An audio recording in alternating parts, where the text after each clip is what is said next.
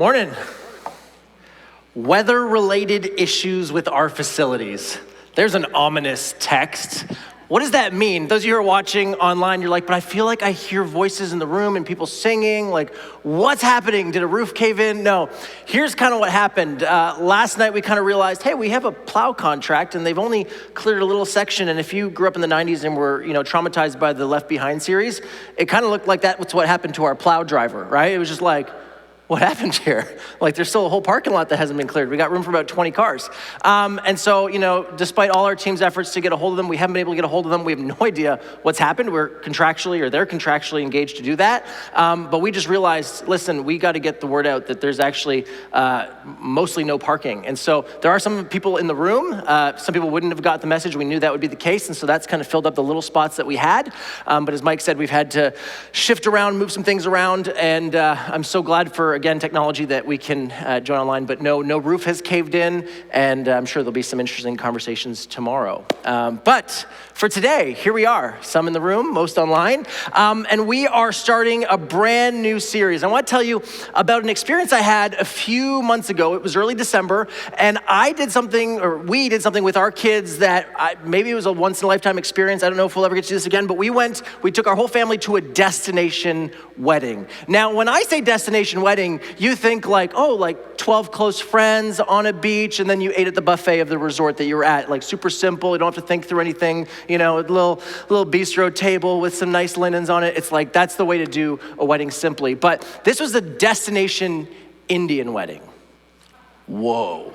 Okay, so I usually don't go on social much, but my wife does. So she was kind of posting the stories we were there for a whole week. And so, the first night she kind of posts this like lovely dinner and everything. People are messaging like, wow, what a beautiful wedding. And she messaged back like, oh, that wasn't the wedding. That was just the spontaneous welcome dinner for close family and friends. The wedding hasn't happened yet, right? So then, it continues on, and the next day, people are just messaging like, oh my gosh, your images are so amazing. What a beautiful wedding. That's the most beautiful wedding gown. And it's just like, not the wedding. That's just the henna party. Like, we just had brunch. Like, that's just another little event, but it's not the wedding, right? And then the next day, right, like people were messaging again after she posted some pictures like, what an amazing reception. And tries like, still not married. That was just the dance party. It's just like where all the cousins show up and all the aunts and uncles show up and the bridal party and the groom's party and all that. It's like this whole event has all this significance and meaning and all these different dances from all these different times, and all of them have meaning, but it wasn't the wedding. And then finally the wedding happened and there were no pictures allowed. And so nobody actually got to see that because those pictures haven't come out yet. Then there was this amazing reception, an after party and an after party for the after party. I was in bed, don't worry, I was done. But, I came back and I, was sitting at lunch with my colleagues who had all just been watching my wife's stories. And we just had such fascinating conversations, and they're asking questions, and there's just kind of this sense of awe and amazement of how deeply meaningful each of these days and events and rituals were. And then subsequently, we then found ourselves reflecting on our own weddings and rituals, or as you might say, lack thereof. I remember one staff member who will remain nameless who said, I got so bored at my own wedding, I left at 9 p.m. Another one said, I'm still triggered by Swanson fish sticks. It just reminds me of the food and how horrible it was at my wedding, right? There's something about ritual when it's done right that humans stand in awe of. It's like this incredible experience that is rich in meaning. And maybe you've had that. Maybe you come from a culture with rich rituals. Maybe you've traveled and been part, or been on the sidelines if you've watched different things with meaning and purpose. And the reason why I bring all this up is because the last few weeks, we've been talking all about ritual and the power of it and how it actually shapes and forms us, that we're ritual beings. And even if it's as simple as, hockey night in Canada or Sunday evening dinner, these are rituals, these are rhythms, these are things that we do as a community that give us meaning and purpose. A well-done wedding ceremony leaves guests rethinking or recommitting to their own marriage vows. A well-planned funeral should leave attenders thinking of the sacredness of life and how short it is. As a church, we've been talking about how we're kind of rebuilding post-pandemic, post-decision, and we're asking what rituals will become part of our story. We talked about potlucks, how that's a new thing that we're starting. And Pancake Tuesday, we started that ritual, and that was awesome. And Lent, last week we talked about this practice of Lent, and I invited us this year to use this as an opportunity to rethink this season as a season of flourishing and stepping into the gift that Easter provides.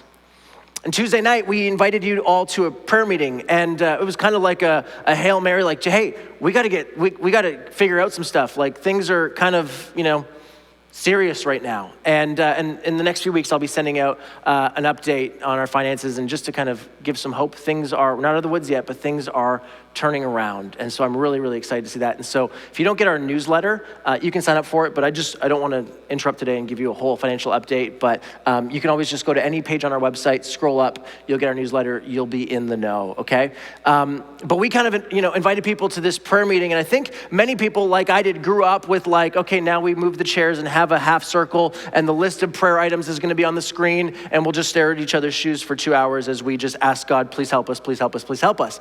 And I think a lot of people were really surprised that it was not at all what they expected.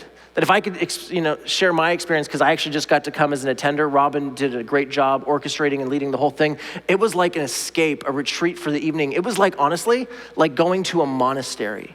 Number of people I spoke to, like, that was like the best prayer meeting of my life. Just to be able to actually personally reflect and center and then listen to God and then, write on cards and just have our different images that we heard from God and shared. Like, that was just such a powerful and beautiful ritual. And I'm so excited, and I believe we're gonna be doing it again and again. We're definitely planning on doing more.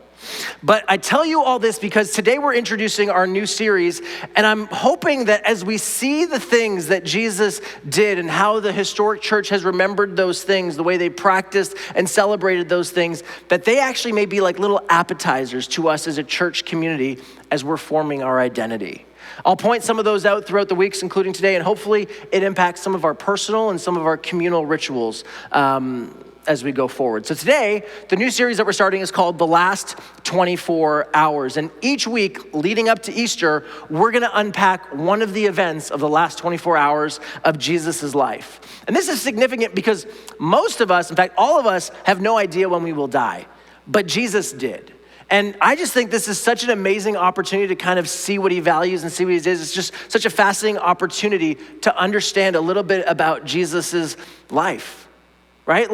Because the things that he did are things that we probably wouldn't do in those last 24 hours. In fact, if you're not a church person, not a Christian, you're just checking out faith, I think you're gonna learn a lot about who Jesus is. You're gonna start to understand by the things that Jesus does why we say all the time, people who are nothing like Jesus liked Jesus.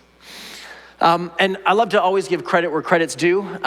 There's a great book. It's an easy read. It's by Adam Hamilton. It's literally up on the screen, 24 Hours That Changed the World. And this is a great book to kind of go through in Lent. In fact, Adam's got a few different Lent studies that you may want to do. And there's actually free YouTube videos that you can kind of do each week and follow along. And he's even got questions. And I have to quote one of our staff members, Kathleen, who gave me permission to share this. She said, my small group decided to do this study last year. And this is what she said, direct quote, "I wasn't prepared to enjoy it." I love honesty, right? She's just like, just didn't seem exciting to me. And yet she said, it was awesome. She said it was just so easy, so accessible. The questions were so good. They caused such great reflection. It was powerful. So if you just Google that or YouTube that, Adam Hamilton, 24 Hours to Change the World, you'll find a whole series that you can dig into if you want to. But today, we're looking at the first event in the last 24 hours of Jesus' life, the Last Supper. Something that we celebrate monthly. Although after today, you might say, celebrate? I don't know if this is celebration in the experience that we're gonna see today. So today we're gonna kind of move high level through the Last Supper. It was originally a meal that lasted 3 to 5 hours, and for us, we celebrate it in a thimble and in 5 minutes. So I think we missed some things, and hopefully this inspires us as a community to adapt and change a little bit. So Luke 22, verse 7, if you wanna journey along with us as we dig in today, I'll just give you a minute to pull that up on your device or paper Bible, remember those?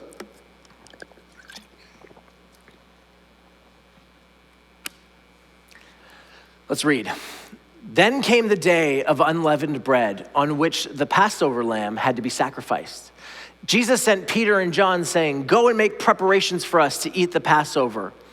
"Where do you want us to prepare for it?" they asked. He replied, "As you enter the city, a man carrying a jar of water will meet you. Follow him to the house that he enters. And say to the owner of the house, 'The teacher asks, where's the guest room? Where may I eat the Passover with my disciples?'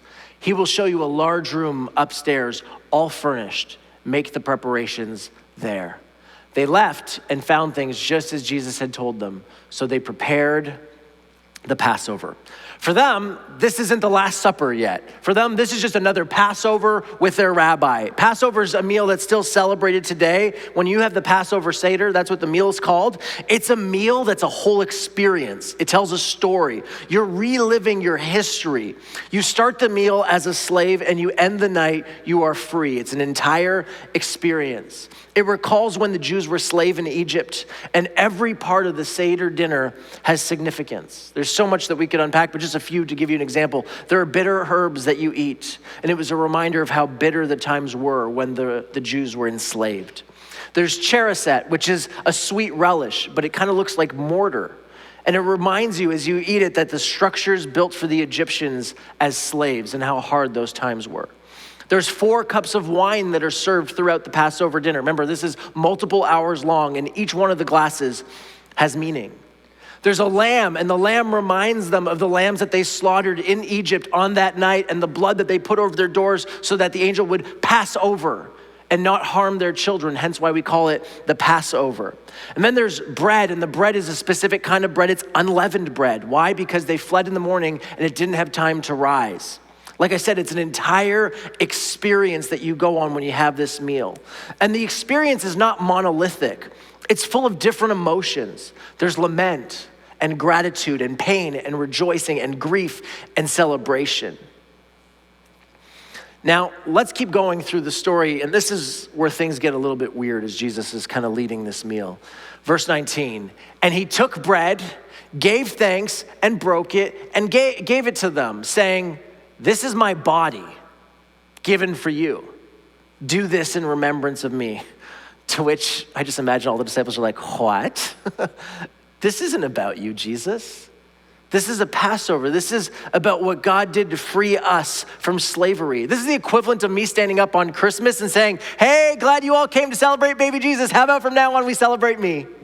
Right? Like, can you just imagine that? Like, it's weird. In the same way, they're celebrating Passover and Jesus stands up and starts telling them to use this rich, powerful meal as an outline for how to remember him.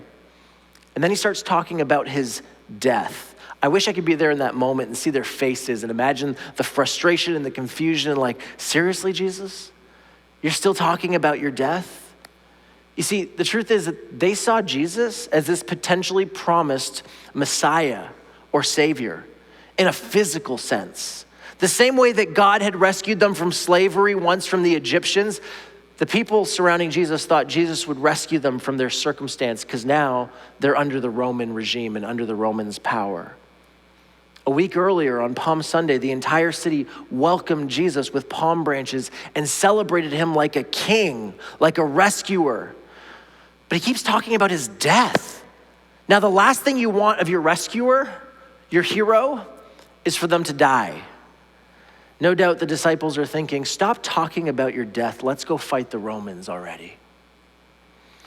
In fact, we know this is starting to bubble up inside of them because one of them in a few hours when a Roman soldier comes up will instinctively pull out his sword and slice off one of their ears. They're ready for a fight. They're on edge. And Jesus is repurposing this meal. They don't have an idea what's happening. Now, the wild thing is the Old Testament was littered with images of this Messiah and the promise of a new covenant. But they would read it through their lens of what they wanted and they would miss out. They would assume that Messiah meant warrior, but they were in for a very different kind of Messiah and a very different kind of rescue. Can I read you just one excerpt of imagery from the Old Testament of what this coming Messiah would be like? And I've underlined some of the things of the promises of what this Messiah would be like, okay? It's Jeremiah 31 to 34. I'll just read it for you. You don't have to turn there. The days are coming, declare the Lord, when I will make a new covenant with the people of Israel and the people of Judah. So new covenant coming, okay?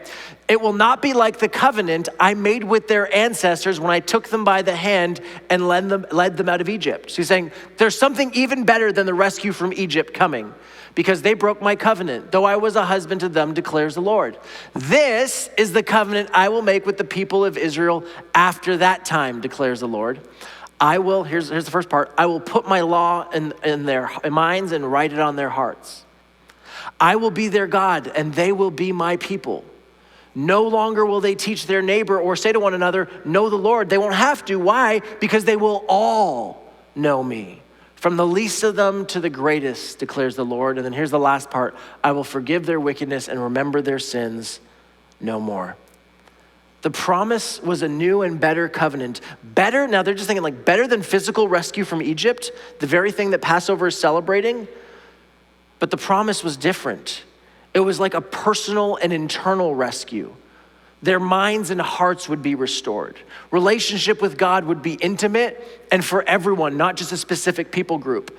And their wrongdoings, their sin will be forgiven and will not be held against them. Now, we can forgive the disciples for being frustrated in the moment. If I'm there and I'm oppressed by the Roman regime, and I'm told something better than your ancestors' rescue from slavery is coming, I start to get excited, right? And then the person says, your minds and hearts will be transformed, and your relationship with God will be restored, and you will have forgiveness. I'm kind of like, sounds nice. Can we talk about that later? Like after we beat the Romans up and escape, right? Can we talk about the forgiveness and restoration part a little later? But let's just dig into it for a second.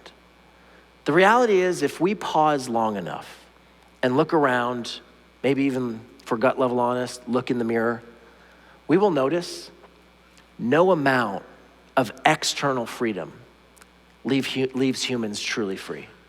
No amount of external freedom leaves humans truly free. No amount of physical relief, status change, removal of systemic oppression can truly heal the human condition. No amount of education or privilege, no new neighborhood or lifestyle choice enhancements gives us a pass on the challenges we face as humans internally. You'll find selfishness, brokenness, broken marriages, broken relationships, abusive behaviors, lying and cheating and so on in every neighborhood, every financial bracket, every culture. If you take a step back and observe humanity, you would observe, if you're honest, that there's a gravitational pull in our human hearts that centers ourselves often to our own detriment. When you read the scriptures, you realize there's so many word pictures calling this out. There's some parts that say it's our sin nature. It's like our nature to miss the mark. There are flaws, there are falling short. Another word picture from the Apostle Paul that I love so much in the book of Romans, he says this, speaking of humans, we are in bondage to decay. I love that one, bondage to decay. It's like it's describing the human condition as having this gravitational pull towards brokenness. It probably explains why as human beings, if we leave something in our life untouched or ignored, it will probably end up more broken. Right? Nobody ever says, there were years where I kind of just ignored my marriage and I really focused on my career. And then, after a decade or after this promotion, I finally re-engaged with my spouse and we didn't need therapy or anything. We were the best we were ever, right? You just leave something untouched, the gravitational pull is negative, right? You can't just get distracted by something and pursue it for years and forget about your kids, and then re-engage and be like, oh my gosh, who knew we were best friends? I'm never gonna have to pay a therapy bill for them, right? No, there's something about the human condition that when we take our hands off of it, the gravitational pull is always towards brokenness. The truth is, we don't need any regime to rule over us for us to be enslaved. We don't need any regime to rule over us for us to be enslaved. The human condition, if we're honest, is in bondage to decay. It's probably why Jesus warned when he was teaching, don't get distracted looking at other people's flaws, the logs in or the specks in their eye. Basically saying, look in the mirror. Basically, Jesus was saying, don't buy the lie that life sucks because of simply and solely what's happening out there. Things are not well within you. We so want to believe that evil is out there and we don't want to look in the mirror because it's so much easier to look at and point and blame outwardly. But the truth is, there's seeds of all the pain and trauma that we see out there in our own hearts. It's just easier to point out there. When we see pastoral scandals, we're all like, oh my gosh, how could that happen? How could they do that? And I'm like, I know exactly how they could. I can see that. When we look at leaders of oppressive regimes and we're like, what a monster, I'm like, agreed. And yet you're seeing their reactions play out on a global scale. But the Jesus question is, when am I like that? When do I respond by lashing out when I'm put in a corner? When do I power up when I don't get my way? If I'm honest, I start to see the seeds that we judge on the news actually growing and flourishing in our own hearts. The truth is, humans don't need a regime over us to be enslaved. Even as free people in a free society, our human condition needs rescue, redemption, and healing. The truth is, and we don't need any convincing, just look around. We're not flourishing as we were created to, as we spoke about last week. So with that said, let's get back to Passover. Jesus shows up to a meal where they remember their freedom from one powerful regime, the Egyptians, and are probably using it in their mind's eye as inspiration and hope to believe that they will be rescued from the current Roman regime. And Jesus uses his words to remind them of a better covenant, better than physical freedom from slavery. Now let me just be clear. Not that freedom from slavery and physical freedom from slavery isn't important. I think Jesus actually declared that and fought for that and invited us to be part of that. But we cannot forget our internal struggle. And that was what this covenant promised to do. To make us new from the inside out, for our minds and hearts to be restored, for our relationship with God to be restored, for our wrongdoings, our sin to be forgiven, healed, and not held against us, not because of anything they had done or we had done, but because of Jesus. Here's how I'd summarize what Jesus was doing in this moment. Passover was once the story of God liberating Israelite slaves. From this time forward, it would be the story of God's liberation of all humankind, from slavery to sin, decay, brokenness, and death. This new meal was an invitation to flourish, freedom to live life the way God intended it. In the same way that at the beginning of Passover, the partakers in the meal start off as slaves and throughout the course of the evening experience freedom, they embody the story. As Christians, when we participate in communion, we start off remembering our slavery, not to regime, but the condition we find ourselves in, our bondage to decay, our inability to flourish on our own. We reflect and remember, if we're honest, our brokenness. The habits we can't change, the anger that boils below the surface, the reaction we wish we could go back and edit the next day, the speaking up or staying silent for self-protection of our image and desire to be right, often at the cost of someone else. And we also remember how Jesus comes and meets us in our brokenness and offers us new life, transformation through the Holy Spirit. In the same way that Passover was more than just some cerebral remembering, but an experience that embodied and bled over and past the meal and into their lives and actually shaped their identity as a people, I'm convinced this is exactly how communion would have impacted the early disciples. Let me just give you one last part of the story. We could spend hours tearing apart this story of this Last Supper, but here's just one last part that sticks out to me. Matthew 26:23. And this is as they're eating, one of the things Jesus says. He says, Jesus replied, "The one who has dipped his hand into the bowl with me will betray me." Right? And then immediately they start asking like, is it I, Lord? Is it I, Lord? How about me? Was it me? It's not me. Surely it's not me, right? Like this back and forth, right? Hindsight, we know exactly who it was. It was Judas, paying attention, first front row, there you go, right? And then Jesus would later go on to say, and also, Peter, you're gonna deny me 3 times, right? Remember that part? So he's like, Judas is gonna betray me, Peter's gonna deny me 3 times. And usually we read that, and imagine the disciples in that moment, and we as well kind of think like, phew, glad I'm not Judas, right? And fair, Judas hasn't made a top 10 boys' names list in 2,000 years, I get it. And I'm glad I'm not Peter either, right? Like lying about knowing Jesus, like that's embarrassing. But the truth is, Jesus could have kept going.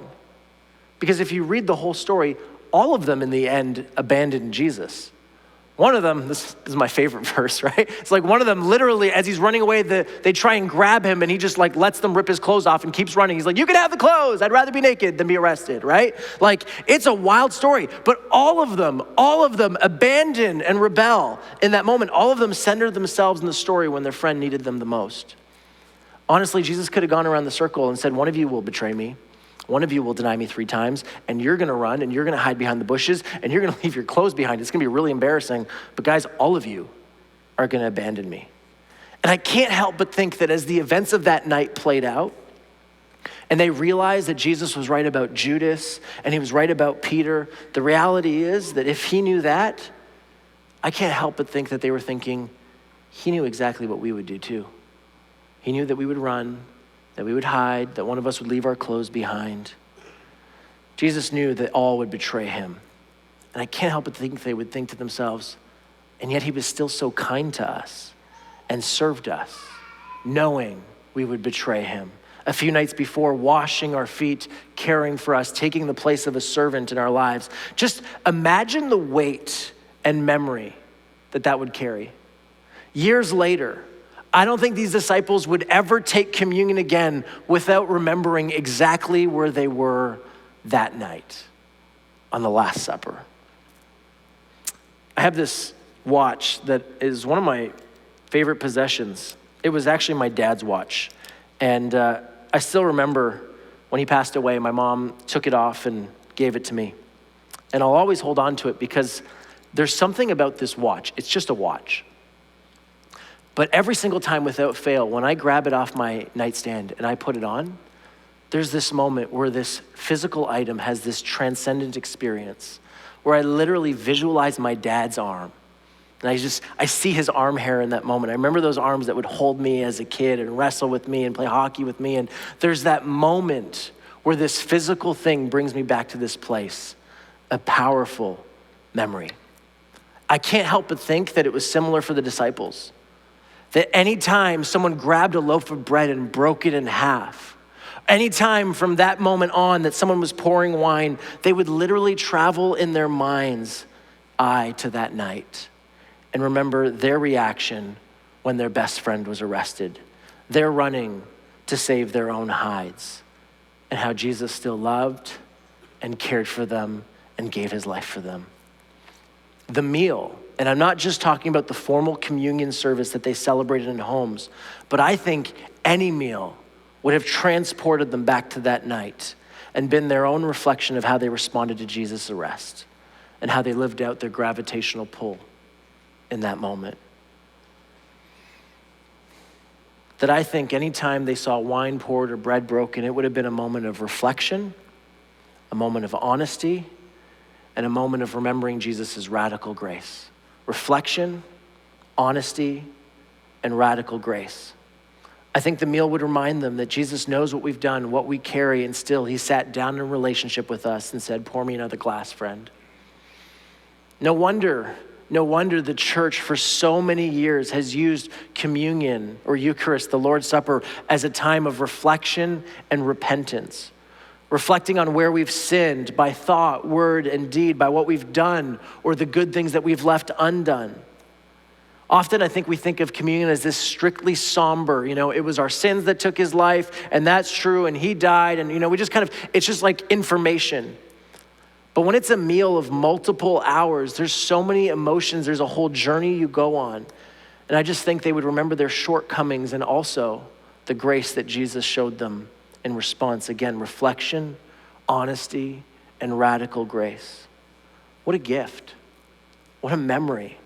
All of Jesus, this whole experience wrapped up in a meal. And I bet you every time someone poured a glass of wine or snapped a piece of bread, their minds would go back to that night. A glass of wine would never be the same again. And I think that was intentional. Jesus could have chosen physical elements that were like super religious and locked up in a case and brought out every year, for this one celebration. But instead he chooses items that are so normal that his disciples would encounter them multiple times a day. So what does that mean for us? I think it means a few things. One is I think it means that any meal can be an opportunity for communion. Every meal is an opportunity for us for a space of reflection and honesty and experiencing and remembering the radical grace of Jesus. Every meal can be an opportunity for us to ask, when have we betrayed or denied or deserted Jesus in thought, word, or deed? What are the things we've done or left undone? Every meal is an opportunity to ask, what embarrassment, shame, brokenness are we carrying or covering? What shortcomings are we not confronting? And while for most people, an exercise like that would leave them incredibly depressed, for Jesus followers, the journey doesn't end there. We then are primed and ready to remember that Jesus still welcomes us at his table. Jesus would still eat with us. Jesus still loves us. Jesus would still give his life for this new covenant, new relationship, transforming our hearts, forgiving and forgetting our sins. moving us from a bondage to decay to new life, where we have the potential for flourishing. So here's some closing thoughts. Clearly, some of you are thinking, Mark, do you think that'll maybe transform how we do communion as a community from this to something maybe a bit longer and more significant? I think so. Not to say we're getting rid of this or, the small thimble cups or anything. I think there's ways that we can explore and create different ways to celebrate communion. One of the things we've talked as a staff is, wouldn't it be cool if as a community we had some bread bakers who just volunteered to bake bread, and maybe we would have like gluten-free bread and all different kinds of bread, and we could just, enjoy this meal a little longer and create more space for reflection. So I'll just throw it out there. If you like breaking bread, just reach out to our church office, reach out to me, and we'll maybe see if that's something that we can do. But, how do we actually step into this? But more than that, today what I want to talk about is, in the same way that these disciples, regardless if anyone would ever serve them like a proper Eucharist or communion meal, every time the wine and bread was served, they would be brought back to that moment. What would it look like for us to allow communion to bleed into our lives on a daily basis? What if our meals, or at least specific meals in the week, carried the opportunity to relive communion of reflection and honesty and radical grace? I've got a few ideas. Now, don't worry, I'm not talking about every meal standing up and leading communion service in your work lunchroom. I'm not talking about that or at the family dinner table. Just don't be that guy. It's just weird, okay? But I'm suggesting something far more subtle. Kind of like nobody else knows about the transcendent experience and gift I have with this physical watch. Here are some simple ways that you might choose to allow communion to bleed into the rest of your life. Maybe you have family dinners. Maybe you just decide that you're going to pause for a minute as the meal is served or as the drink is poured and just reflect quietly on your day or maybe your week and be honest on your shortcomings and just visualize Jesus still showing up with grace and love. Just imagine if you just took that moment before starting a meal, how that would impact your dinner conversation, how it would reorient your heart as you experience that. Maybe you leave an empty chair at your table. Maybe you don't even tell anyone at the family, why you've done that. But you just have an empty table, just a way of remembering in the midst of all the chaos and all your shortcomings, Jesus would still dine with us. Imagine how that might shape your posture and reorient your fatigued body. That body that would rather not engage with family or loved ones or roommates after the day that you had. But when you see that empty chair, it just triggers something into you to remember how Jesus moves towards us. Or maybe you make a habit of asking the Lord, who's at this table? Or who's not at this table? Who needs radical love? Or who am I treating in response to something they've done instead of the way that you've loved me? Imagine how these simple questions, these simple prompts could start to reorient us. And remember, most of us have 21 meals a week. I can't help but think, especially as those of us raising little ones, how much this would change the ethos of some of our family meals. I get it that some of our meals happen with, chicken nuggets thrown into the backseat on the way to soccer practice, or, a plate in front of the screen as you're trying to get this and that done and all that. But what if you just intentionally said, on this day and this time, and again, you don't have to declare the purpose behind it. You said, I'm just going to create some space for family, connection, relationship, for the asking of good questions, of reflection, of celebration, of love. I can't help but think when those kids are grown, that's the kind of table they'd want to come back to. Maybe you just decide, I'm just going to start sharing some of my flaws, some of the areas that I made mistakes in my day when we gather as a family. I'm not going to make everybody else do it. I'm just going to make that my practice. Maybe you're alone for lunch at a job site. It's just you and your car, and maybe instead of just jumping on to talk radio or turning your phone on right away, imagine if as you take out your meal and open up your coffee, that became a simple ritual for you to take a moment to reflect and be honest, to confess your shortcomings for the day, to lament those decisions, and then give thanks for the food and also give thanks that Jesus still knows all of those things you've just thought about and still loves you and would give his life for you again. Imagine how that could impact your day. Imagine how that could impact you going back into work. Communion interrupted your day. Maybe when you're hosting or preparing a meal for friends, maybe just take a moment to pray that the space would be conducive space for reflection and honesty and opportunities for radical grace to be poured out. You just prayed for the Spirit to lead you to the right questions or to share something, whatever that may be. Maybe you lead a small group. Maybe you're just thinking, maybe we should do dinner every once in a while, or even potluck. Just some sort of way of just sitting in the experience relationally with others, a space where you can be honest and reflect on life and experience radical grace that you share with each other. Friends, here's the honest truth. I don't know how you will do it. I just think we encounter the elements that Jesus gave his disciples multiple times a day, food and beverage. And I can't imagine how we would be worse off if we took time to think of ways to personally let the Last Supper or Eucharist, which literally means Thanksgiving, bleed into those meals. I'm gonna invite Randy to come up as we close, and I just wanna create a moment for us to be still and maybe ask the Holy Spirit, Lord, what are ways that this incredible meal can bleed into my life and start to shape and transform the experiences that I have? Maybe it's a coffee, an end of day drink, a meal to reorient yourself, whatever it may be. Can we just be still and invite the Holy Spirit's creativity to lead us for a moment?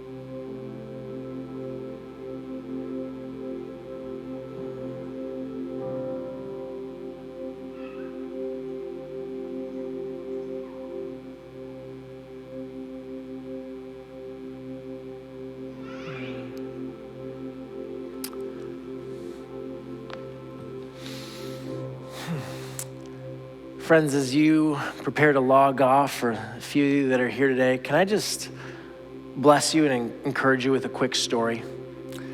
The idea of being reflective and looking back on our shortcomings and areas of where we maybe missed the boat, missed the opportunities as Jesus followers, can be incredibly overwhelming. And the image I got was a memory from years ago. I ended up getting back surgery.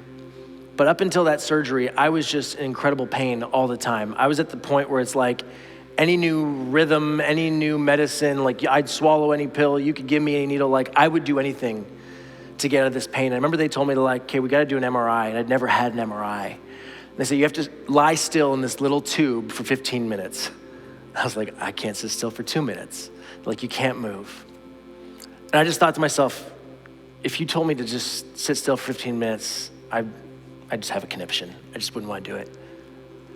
But the hope that this would somehow give me a glimpse of what needed healing is what in that time gave me the strength to, and I know it sounds small, but to stay still in that tiny space that was terrifying and see what needed healing. And I wonder if some of you, the idea of being still, of being quiet, of turning off the podcast, turning off the TV, of having a space of reflection is absolutely terrifying. You're looking back on decades, generations of mistakes and flaws and errors and misdeeds. And yet when we do that, when we see those things, when we acknowledge those things, we can then invite Jesus to heal those, to make us new. And so I just want to bless you with the courage that as you find those spaces of communion in your day, that you'd be willing to have the courage to think honestly, as those disciples would have to think honestly about the mistakes they made that night. And that everything that comes up, Jesus wants to see and wants to heal. So bless you with courage as you go. Have a fantastic week, friends, and we'll see you next week. Hopefully, all of you next week. Have a great week.